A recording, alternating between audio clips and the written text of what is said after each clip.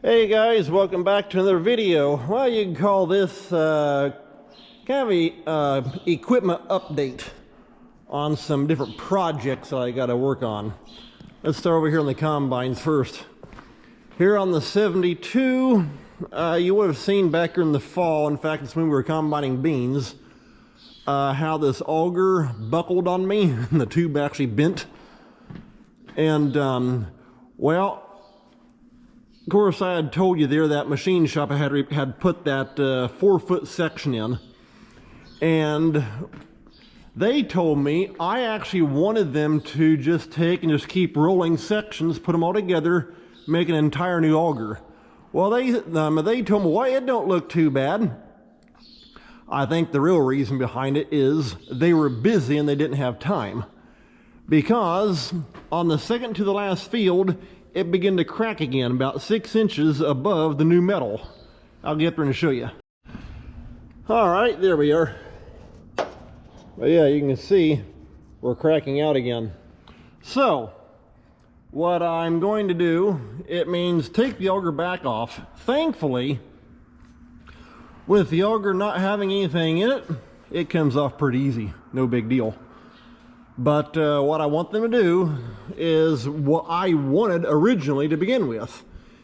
Take from here, let's go back down this way, out here to the end, down to this band, and replace all that. That's all original.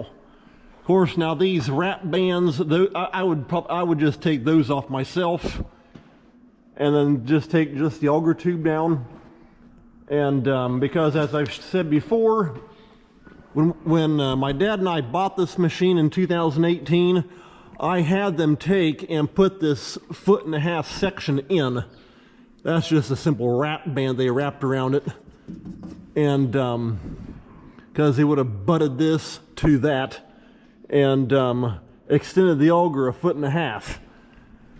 But yeah, like I say though, I want all that replaced with all new 14 gauge tubing, because I'm not going to keep fighting with that thing every year, wanting to buckle.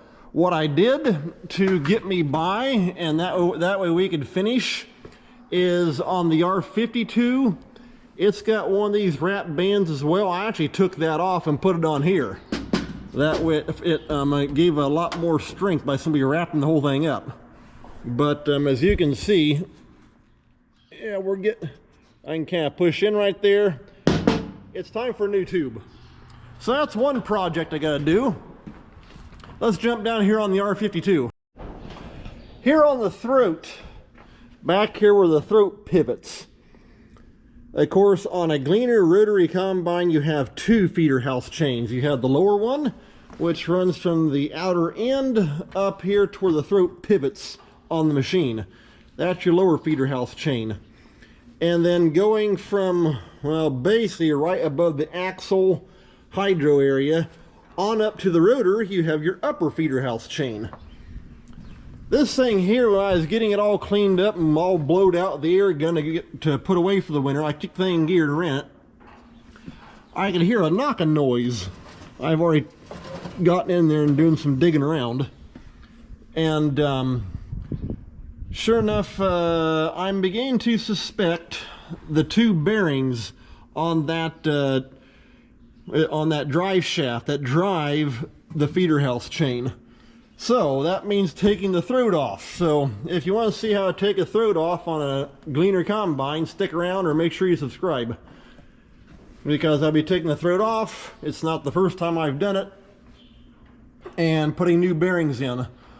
I think Agco or Gleaner actually calls that the pivot shaft, because it's right where the throat pivots up and down on the combine.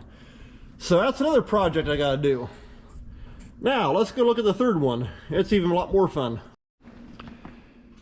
Here on the 4840, this is what we call the old 48, because we bought this one here in 2007. In fact, actually, come to think of it, this is the first tractor that I ever bought, now that I get thinking about it.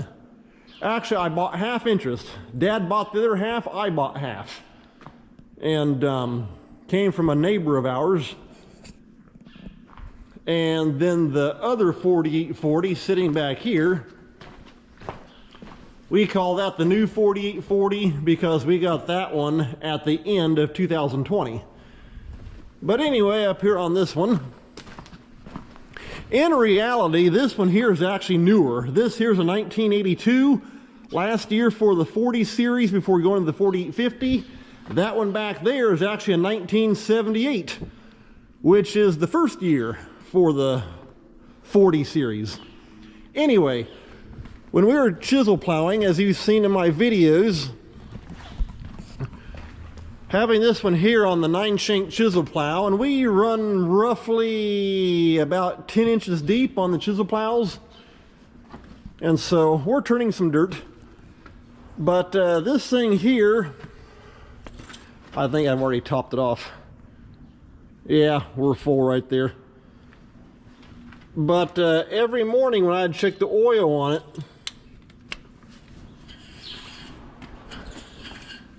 it would be down. I'd take and top it back off. Next morning check it, it'd be right down to or below the add mark. And so I was adding about 2 quarts a day. Now I've had some people tell me, no, it's not going to hurt anything. But as long as we've owned this tractor, and also as long as my neighbor said he owned the tractor, it's had blow-by coming out of the valve cover vent up underneath there. And but that, like I say, this fall though, pulling that chisel plow, it was running right through 2 quarts of oil per day.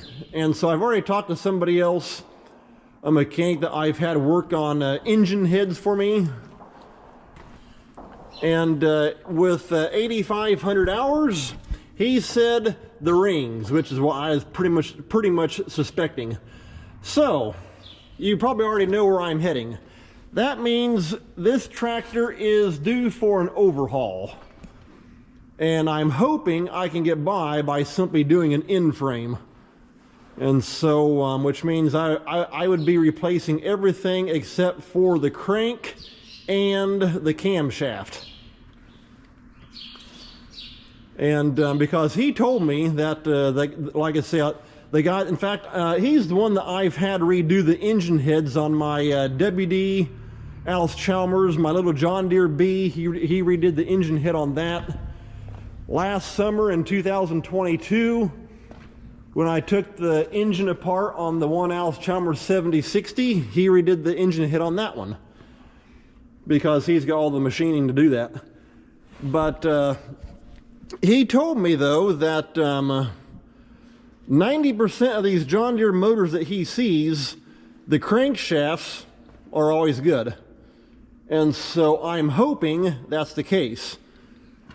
Otherwise, you gotta split the tractor, which would be, well, right behind this panel, right there where it butts up, where the transmission butts up to the back of the motor. But yeah, so all new rods, pistons, sleeves, rod bearings, all that kind of good stuff. So yeah, I think I've pretty much already got my winter planned out. Oh, and another thing, my 133-foot disc, it needs new blades and bearings as well, both front and back gangs. So I think I've already got my winter pretty much all scheduled up. But yeah, just figured I'd bring you along right quick and show you what's happening. And like I say, I'll be trying to get video of everything that I'm doing. And if anybody's worked on or overhauled these John Deere, I'm pretty sure it's a 466 motor. In fact, if I remember right, on tractordata.com, I think they call it a 7.8 liter, if I remember correctly. Let me know in the comments. But I've had other people tell me these aren't really a bad engine to work on. They're pretty simple. And so, yeah, let me know. As far as water pump on this thing, I would not be replacing that because I actually just changed that water pump here, within the last 4 to 5 years. So I know the water pump's good. But yeah, that's just some different things that I'm going to be getting started on here. So if you're well, I'll just do a little miscellaneous video and just show you.